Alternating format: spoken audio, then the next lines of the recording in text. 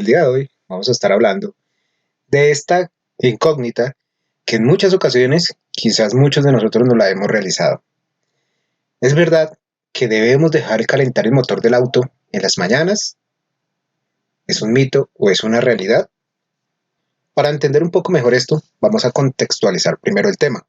Y cuando nos enfocamos a la respuesta de si sí o no, en realidad no hay una respuesta concreta. En algunos casos sí debemos permitir que el motor llegue hasta cierta temperatura antes de comenzar a andar.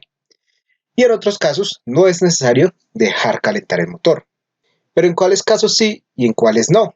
Resulta que esto va a depender principalmente del tipo de alimentación de combustible que nosotros tengamos. Cuando hablamos de un motor a gasolina, ¿qué tenemos? O sistema carburador o sistema de inyección, que es un sistema mucho más moderno.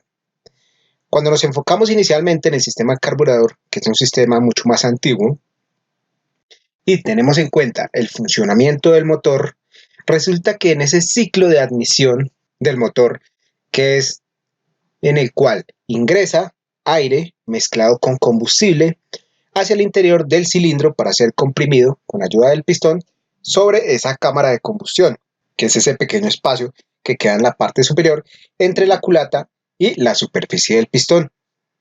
Pero ¿qué pasa? Resulta que cuando hablamos del carburador, hablamos de un sistema en el cual trabaja gracias al vacío o a esa succión que está generando el motor y crea un efecto Venturi. Ese efecto Venturi, que es simplemente un estrechamiento del conducto, ayuda a arrastrar el combustible por un pequeño orificio hacia el interior del motor.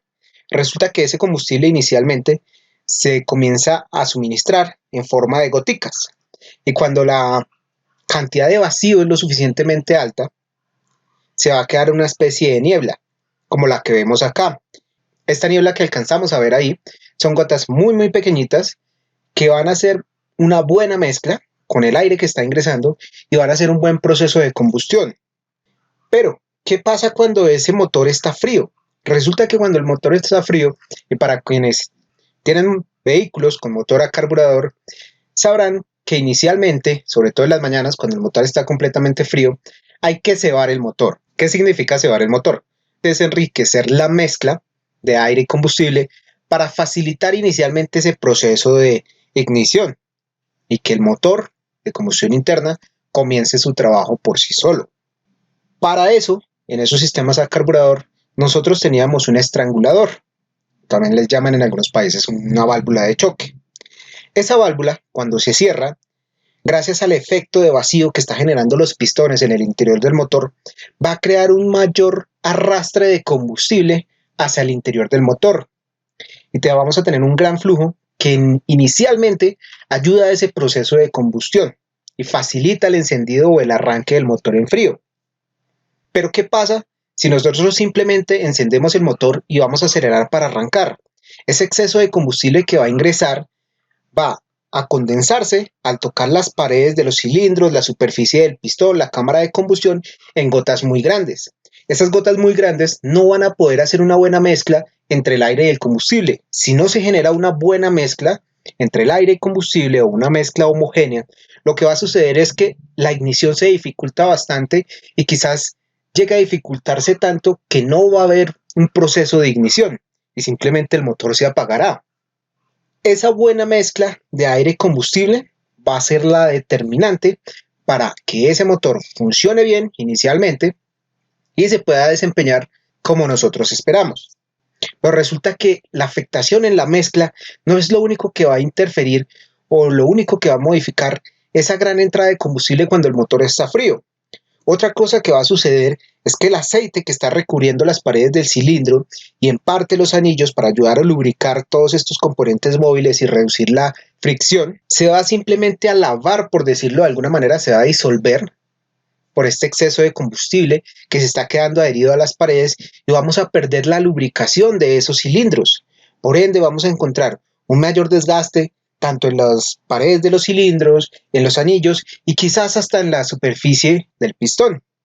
¿Qué pasa en un motor a carburador? En un motor a carburador sí es necesario permitir que el motor llegue a una buena temperatura en la cual ese combustible que está ingresando al tocar las paredes ya calientes, tanto del pistón como del cilindro, la superficie de la válvula que también se va a calentar, ayuden a gasificar ese combustible que está ingresando. Y cuando se gasifica, lo que sucede es que se convierte en partículas o en gotas muchísimo más pequeñas de combustible que al mezclarse con el aire van a poder crear una buena mezcla homogénea que facilite y ayude a crear un buen proceso de combustión, ayuden a crear una buena presión dentro de la cámara de combustión y por ende se puede obtener buena potencia de ese combustible. Entonces, cuando hablamos de los vehículos con motor a carburador, sí es necesario permitir que el motor caliente un poco antes de iniciar la marcha. Pero, ¿qué pasa cuando tenemos un motor a inyección electrónica? Estos motores pueden llegar a dosificar la cantidad de combustible de manera precisa. Y esto lo logra gracias a los sensores que van a estar leyendo las condiciones de funcionamiento del motor. Van a estar leyendo temperatura de refrigerante, temperatura de aire, velocidad de giro del cigüeñal y muchos otros factores que finalmente van a intervenir en el buen funcionamiento del motor. Pero ¿qué pasa cuando ese motor está frío? Cuando ese motor está frío también necesitamos, al igual que un motor que trabaja con sistema de carburador, una cantidad grande de combustible para poder facilitar esa ignición. Y resulta que gracias a los sensores, como el sensor de temperatura de refrigerante, la computadora, que es la que va a estar controlando todos estos parámetros, va a estar modificando esa cantidad de combustible que se va a estar inyectando. Si nos fijamos en la gráfica, nos vamos a dar cuenta que la duración de la inyección, cuando la temperatura del motor es baja, es relativamente alta. Esta duración de inyección hace referencia al tiempo que va a estar abierto el inyector en cada uno de esos ciclos de inyección de combustible. Y entre más baja sea la temperatura, más tiempo va a durar abierto el inyector, por ende, más cantidad de combustible va a estar inyectando. Pero si nos damos cuenta, a medida que el motor va calentando y que ese sensor va detectando ese aumento de temperatura, la cantidad de combustible que se va inyectando en cada uno de esos ciclos va a ir decreciendo hasta un punto donde se logre optimizar, al menos dentro de los parámetros bajo los cuales se ha programado esa computadora, donde se puede obtener una muy buena potencia de ese combustible que se está utilizando, en donde se generen pocas emisiones contaminantes y se consuma la menor cantidad de combustible posible. Pero ¿por qué en un motor de inyección pasa esto? Como tenemos este control tan preciso en este motor, gracias a la información de los sensores y al control de la computadora, en teoría, en este motor nosotros no necesitamos permitir que tengamos una temperatura relativamente alta para poder iniciar la marcha de nuestro vehículo sin que se nos apague. Esto también depende gracias a cómo se está suministrando ese combustible al interior de la cámara de combustión.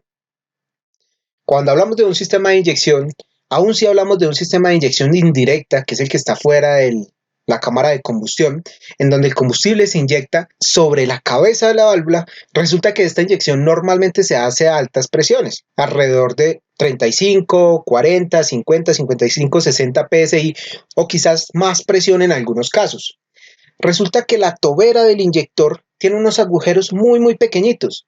Esos agujeros pequeñitos que nos estarán mostrando acá van a permitir que se atomice ese combustible en gotas muy pequeñitas.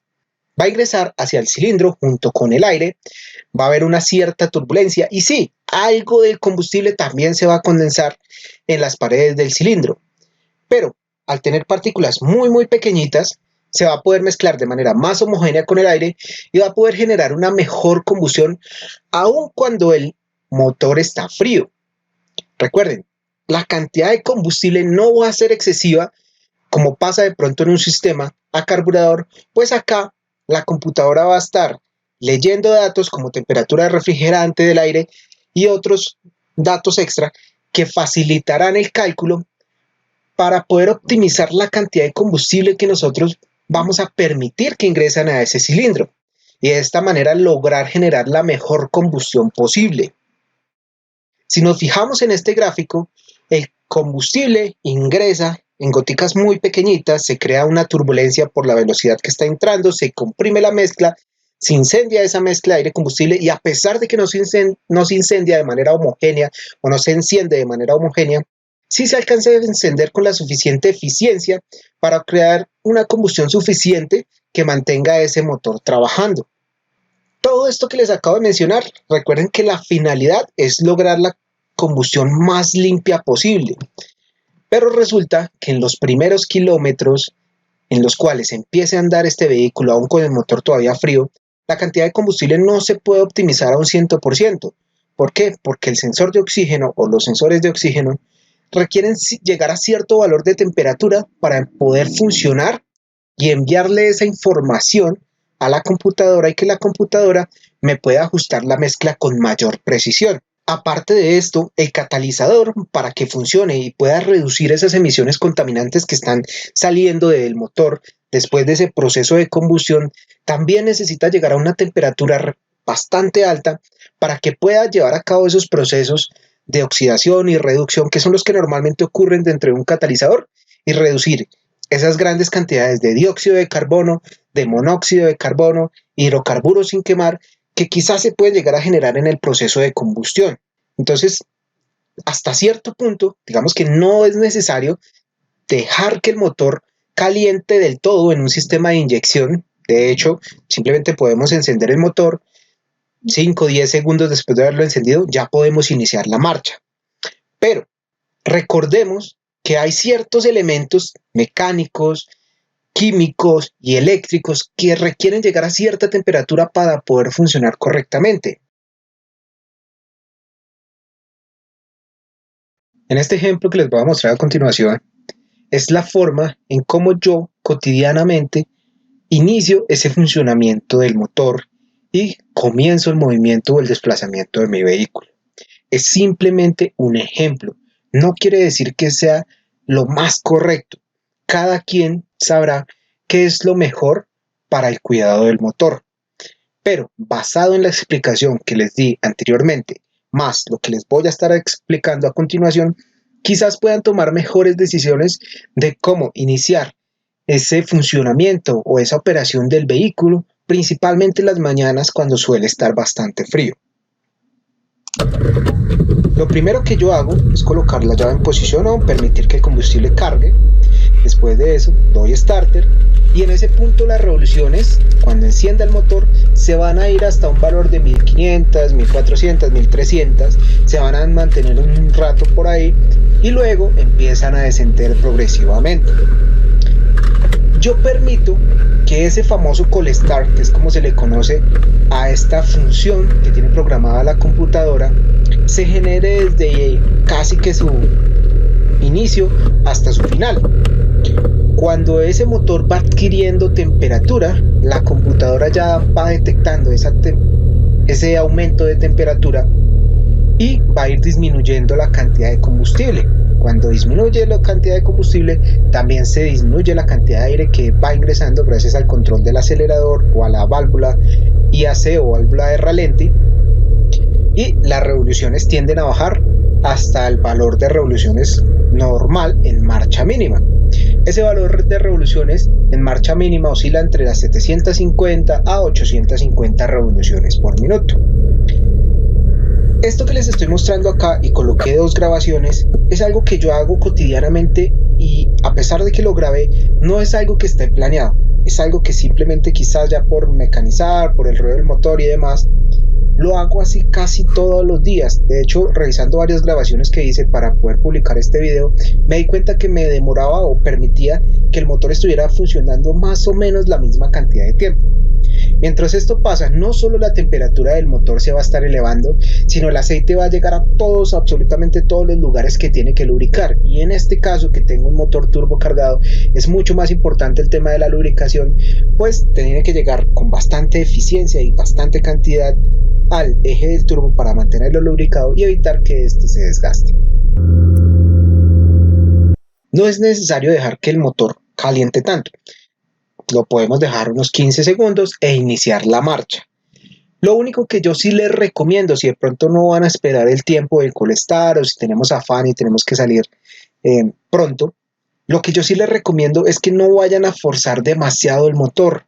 No vayamos a empezar a acelerar bruscamente ese motor cuando aún está frío, porque resulta que todos esos componentes mecánicos que van en el interior del motor requieren llegar a cierto valor de temperatura para que por dilatación térmica, que es simplemente el incremento de volumen conforme va aumentando la temperatura, ayude a ajustar cada una de esas piezas, permitiendo que queden las tolerancias calculadas por los fabricantes para que ese motor funcione correctamente, no se generen daños ni desgastes excesivos.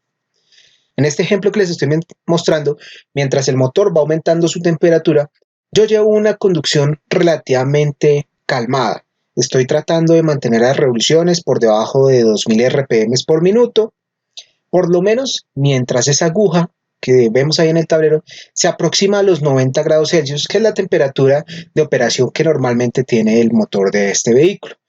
Esa temperatura oscila entre los 85, 95, 97, quizás 98 para algunos motores que trabajan un poquito más de temperatura, pero es un rango bastante común en la mayoría de motores de combustión interna. Entonces, mientras eso sucede, mientras todas esas piezas se ajustan por dilatación térmica y esos sensores y elementos que requerían llegar a cierta temperatura para funcionar bien, yo trato de llevar una conducción bastante calmada. No necesariamente tengo que ir lento. De hecho, si ustedes se fijan en el velocímetro, estoy llegando a 50 kilómetros por hora. Esta conducción del ejemplo se realiza en ciudad. El límite son 60, entonces trato de mantenerme mientras pueda dentro del límite de velocidad.